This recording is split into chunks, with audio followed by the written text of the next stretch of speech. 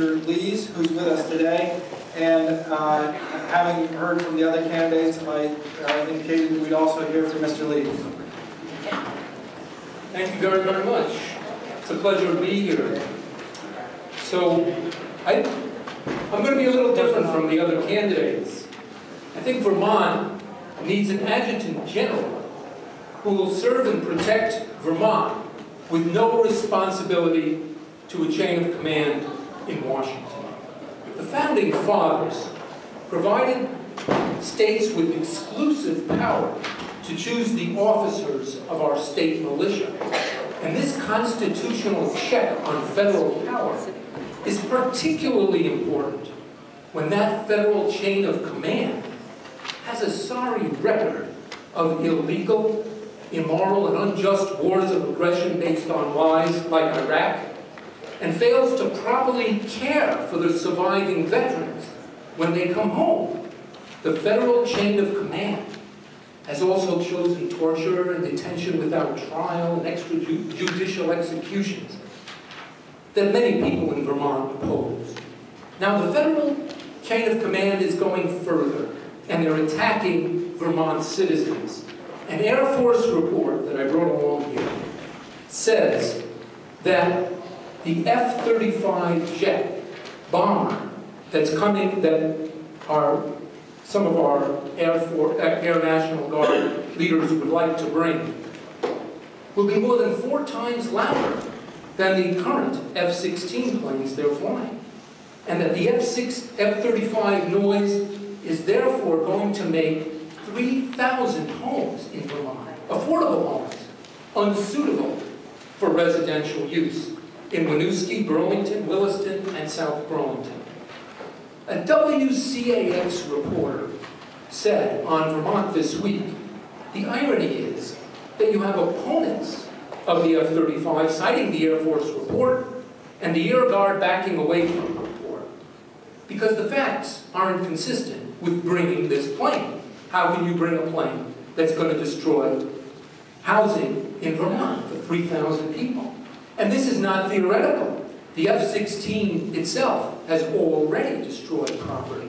South Burlington is now looking at what was a thriving community of 120 affordable homes near the airport, now demolished because of that F-16 noise, according to this report. And an FAA report said that the only solution, the only way to mitigate the noise is to acquire, relocate, and demolish the people. Demolish the homes and relocate the people. And this is consistent.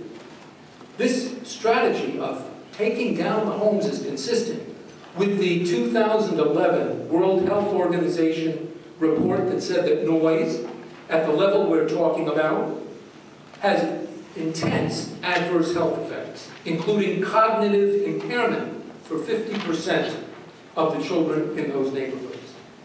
There is another way to save 3,000 homes in Vermont, besides tearing them down, and that is to stop the F-35 from coming here. Now, the Guard is counterposing jobs, but jobs are not at issue, and I think this is really important for everybody to look at. This is an article in the Air Force Times, and it says, F-16 upgrades expected to prolong the service life past 2030. 2030 is 17 years from now. We're going to get upgrades for our F-16 for 17 years. So why are jobs going to go away? We're going to keep our jobs with the F-16. And not only that, Michael Dubey, the former Adjutant General, said we lose jobs with the F-35 because maintaining jobs go elsewhere. So the jobs argument is actually the opposite of what you've been hearing. More than that, the Constitution does not protect jobs. It protects life, liberty, and property. And it's property that's what's at stake. We all have an oath of office to defend the Constitution. Let's defend the property that's at risk. It's 600 million on the grand list in these towns that's at risk. The Vermont National Guard's own mission statement says it will protect human health, protect life and property, and add value to our communities. To fulfill that mission, they can't bring the F-35. Now, there's one other fact that's so interesting. The Air Force now bases the F-35 at Eglin Air Force Base in Florida, right next to the town of Valparaiso, 1 mile away. Well, Valparaiso and the Air Force signed an agreement. And the agreement was that the Air Force at Eglin Air Force Base would not use the runway that's aiming right at Valparaiso, 1 mile away. Well, if Valparaiso has that deal, why shouldn't Winooski? Why shouldn't Williston? Why should... This is where our runway is aiming. 1 mile away to the center of Winooski and Taft's Corners in Williston.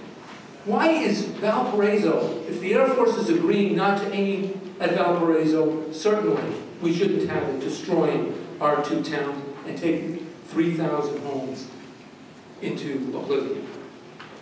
So all of this illustrates why we need an Adjutant General whose only duty is to Vermont. We need an Adjutant General who will equip the Guard to protect Vermonters from the next Hurricane Irene, not for the next war of aggression, cooked up by the chain of command.